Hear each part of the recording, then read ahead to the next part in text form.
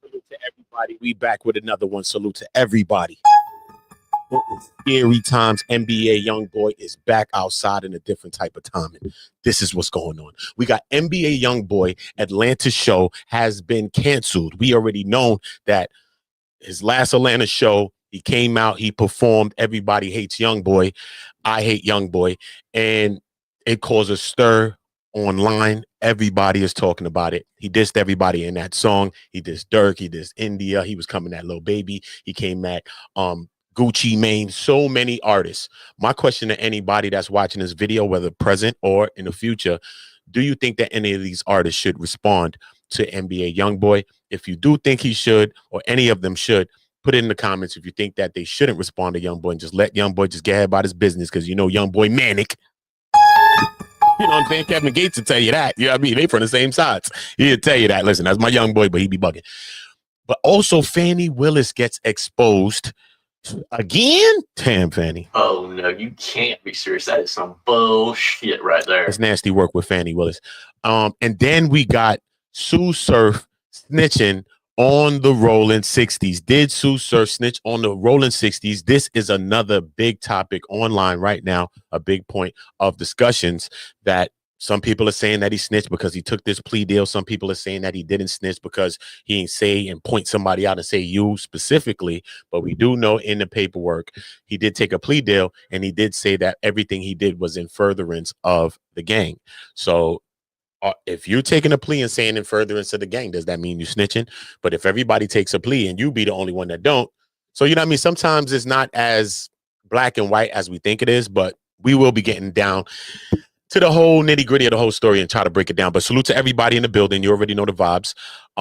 Let's get into a first breakdown and just show about the cancellation of NBA YoungBoy show.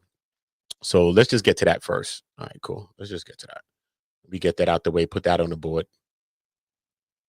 Let's put this on. Of rapper NBA YoungBoy, as State Farm Arena says it's canceling his show scheduled just 2 days from now. State Farm Arena just posted the announcement to its website tonight after NBA YoungBoy performed there just last night. The announcement didn't give a reason for the cancellation. It just said that it had made the decision to cancel the show scheduled for Saturday, October 18th. Now, if you bought a ticket through Ticketmaster, we're told that those refunds will be issued automatically. If you purchase from a third-party reseller, then the arena says that you need to reach out to your point of purchase. You can see there is the reason for the cancellation, because Fani Willis, of course, you know, they're going to make it gang, inciting violence, inciting beef. You know, it did cause a stir in Atlanta, the performance, but I think that is some of the last energy that Atlanta has had like that in a long time. That vibe, when young boys out there, they gave him a key to the city, all types of different things like that. You know what I mean? So that is a lot, man. That is a lot. We will keep an eye on it, though. Let me know what y'all thinking about the NBA YoungBoy situation. Let me know if you think that any of the artists should respond to him. You know what I mean? This is the first time I'm seeing him perform it. If y'all have seen him perform this song ever like this before, let me know. Get in the comments. I don't even have to look. If you've seen it, let me know. I just think that this was a first of a first. And it's sad for all the people that did buy tickets and do want to see YoungBoy, and the show being canceled, and now they can't. So, you know what I mean? Shout out to everybody that bought a ticket and was trying to pop out. But look, man, it's a lot going on. We also got Whack 100 was trying to expose Byron Blake. Whack 100 was trying to expose Byron Blake for exposing Tsu Surf, saying that Tsu Surf is a rat. So I do want to play a little bit of this Byron Blake so that he could go into the paperwork. I did do a paperwork read on my channel. All you got to do is go and check it on the channel. Make sure everybody's subscribing to Uda Ongo, OOTAONGO. That's my main channel.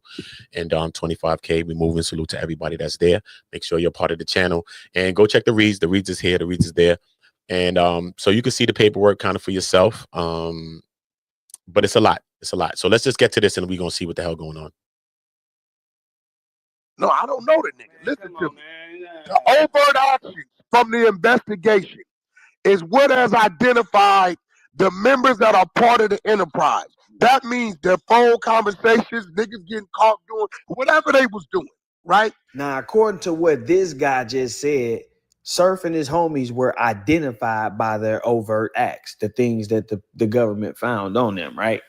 And if you look at the actual documents, you'll see that the government says Cox committed overt acts in furtherance of the enterprise, and then they list his overt acts. Now, these overt acts are the different crimes that each associate is accused of committing. And this is why Surf and all his people keep saying everybody had their own charges, because everybody had their own overt acts that fell under count 1 of the racketeering indictment. So you charged with racketeering, but everybody had different roles that they played in furtherance of the gang. Now, like I said, Surf overt acts are listed right here. And as y'all can see, it says WW. Now, if you look at this other document, it says Warden has worked with enterprise members and associates to distribute controlled substances. Multiple examples of Warden involvement in drug activity, which constitute predicate acts in furtherance of the enterprise, are detailed in the indictment. For example, as described as detailed in overt act WW. On or about October 6, 2020, Warden and Cox, Tsu Surf, discussed a plan to distribute marijuana. It's right there. These two have the same overt act, WW, a plan to distribute controlled substances. That's conspiring with other members to move marijuana across state lines. That's what they mean. These two have the same. So if they are identified by these overt acts, then these two, this overt act connects these two. Surf don't gotta say his name while he's actually entering the plea, because they already identify him by the overt acts. Now, when Surf is pleading out, if you look at line 5, it says, I just want to highlight a few areas there as it relates to Schedule A. I'm on page 9, Mr. Cox. And it indicates specifically as it relates to count 1, that is a RICO conspiracy, and it outlines certain facts under that, specifically as to, Act 1, Racketeering Act 1, Aggravated Assault, and Racketeering Act 2, Drug Conspiracy. They then ask him, Mr. Cox, were you a member of the Rollin 60s gang?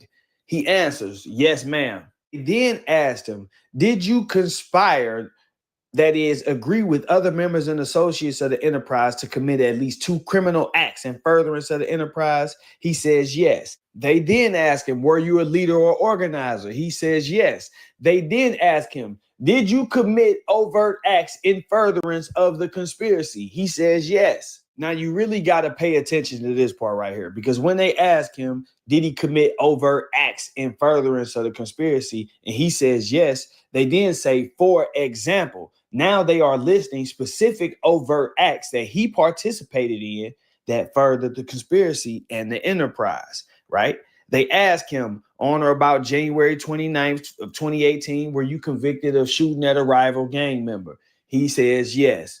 They then say, during that same time period, did you knowingly and intentionally conspire with other members and associates of the enterprise to distribute and possess with intent to distribute at least 40 but less than 60 kilograms of marijuana across state lines? He says, yes, ma'am. Now, they close this plea hearing out saying, is it fair to say that at the time you are pleading guilty because you are in fact guilty? He says, yes, ma'am. The court then asks the government, is there anything that they would like to put on the record? And they list 5 things. They start off with saying, first, the Rollin 60s neighborhood Crip is an enterprise as defined by, the statute that makes it a gang. Second, the activities of the enterprise affected interstate commerce. So they telling y'all they was crossing state lines with this. That's what makes it federal. Third, members and associates of the enterprise engaged in a pattern of racketeering activity, and they state the law. Fourth, the Rollin 60s Crip gang is a structured entity with a core of personnel which has remained intact through the years, and the group has an existence separate from the commission of any specific racketeering act. So, hey, let's get on the record too that the 60s do have structure. They do have a hierarchy. There is someone at the top of this food chain. Fifth, had this gone to trial, the United States could have proven each and every element of count 1 and 3 beyond a reasonable doubt. So they putting it on the record that if this would have gone to trial, they could prove that what they said in overt act WW, that